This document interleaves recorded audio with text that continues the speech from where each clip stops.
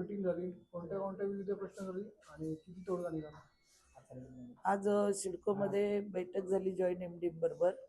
आणि या बेलापूर मतदारसंघामध्ये किंवा नवी मुंबईमध्ये काही मंदिरं लोकांनी पूर्वी बांधलेली आहेत, 40-40 वर्ष झालेले आहेत. त्यांनी ज्यावेळी वसाहत निर्माण झाली त्यावेळी प्रत्येकाला वाटलं आपल्या इथे देव पूजापाठ करायला मंदिर असावं, बुद्धविहार असावे. वेगवेगळ्या लोकांनी वेगवेगळ्या पद्धतीने आपापल्या समाजाची, कोणी सेवारामचं, कोणी अय्यप्पाचं, कोणी अंबे मातेचं, कोणी दुर्गा मातेचं, अशा पद्धतीने ही मंदिरं बनवलेली आहेत. ती कोर्टाच्या काही लोक कोर्टात गेल्यामुळे कोर्टाचा आदेश आलेला आहे की काही जागा हे व्हेरीफाय करून तोडा वगैरे.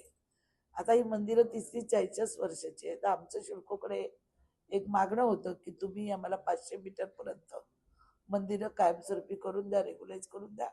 आम्ही जे काही सामाजिक न्याय असतो, ज्या पैसे भरायचा असतो सोशल, तो आम्ही भरायला तयार आहोत. म्हणून त्यासाठी ही बैठक झाली. त्याच्यानंतर त्यांनी सांगितलं की जी जुनी मंदिर आहेत त्यांना आम्ही काही हात लावणार नाही, पण आताच कुठली शिडकोच्या जागेवर काही बनत असेल नवीन बांधकाम तर ते आम्ही तोडत त्याच्यावर कारवाई करू. तसं ग्रामस्थांनी सुद्धा जुनी घरं असतील तर आम्ही कारवाई करणार नाही, पण जी लोक आता कोणी नवीन बांधकाम करत असेल तर त्याच्यावरती आम्ही थोडं कारवाई केली जाईल. त्याच्यानंतर त्यांच्याशी बसून तेच आम्ही त्यांना सांगितलं की काही आम्हाला वेगवेगळ्या प्रकल्पासाठी प्लॉट पाहिजे. त्या प्लॉटसाठी त्यांनी सांगितलं की महापालिकेने मागणी करावी, ते आम्ही देऊ म्हणून. त्याचप्रमाणे लवकरच आम्ही मगाशी एमडींशी जाऊन बोलून आली एका मीटिंगमध्ये. ते बोलले आपण हेच मंदिरासाठी वगैरे आपण एक मुख्यमंत्र्यांची पण बैठक घेऊ, कारण कोर्टाचे जे आदेश आले ते नियमावली वगैरे आम्हाला बघावी लागेल, कशा पद्धतीने यांना बसून देता येतील. त्यासाठी आम्ही नक्कीच प्रयत्न करू, पण जुनी आहेत त्यांना कुठेच हात लावलं जाणार नाही. ताई असं म्हणतात की मंदिरावरती शिडकोनी कोणाला स्वतः 1 इंच जागा मोफत दिलेली नाही. मग ती पालिका असो, किंवा MICB असो, किंवा रायगड भवन असो, सिडको ही एक संस्था आहे सरकारची. आणि आपल्याला माहिती आहे ते टेंडर काढल्याशिवाय, पूर्वी कसं होतं इथे लोक नव्हती येत.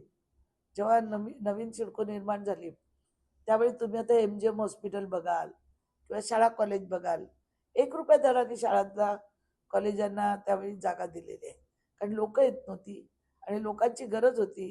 हॉस्पिटल झाले पाहिजे, मार्केट झाले पाहिजे, शाळा कॉलेज झाली पाहिजे. आपण नव्या मुंबईतल्या बहुतेक शाळा आणि कॉलेज हे सिडकोने 1 रुपया दराने त्या काळी दिलेलं आहे. काही ठिकाणी मोफत पण दिलेलं आहे.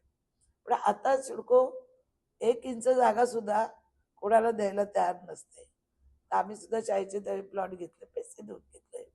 जो सिडकोचा रेट आहे, दर आहे, त्याप्रमाणे घेतलेत.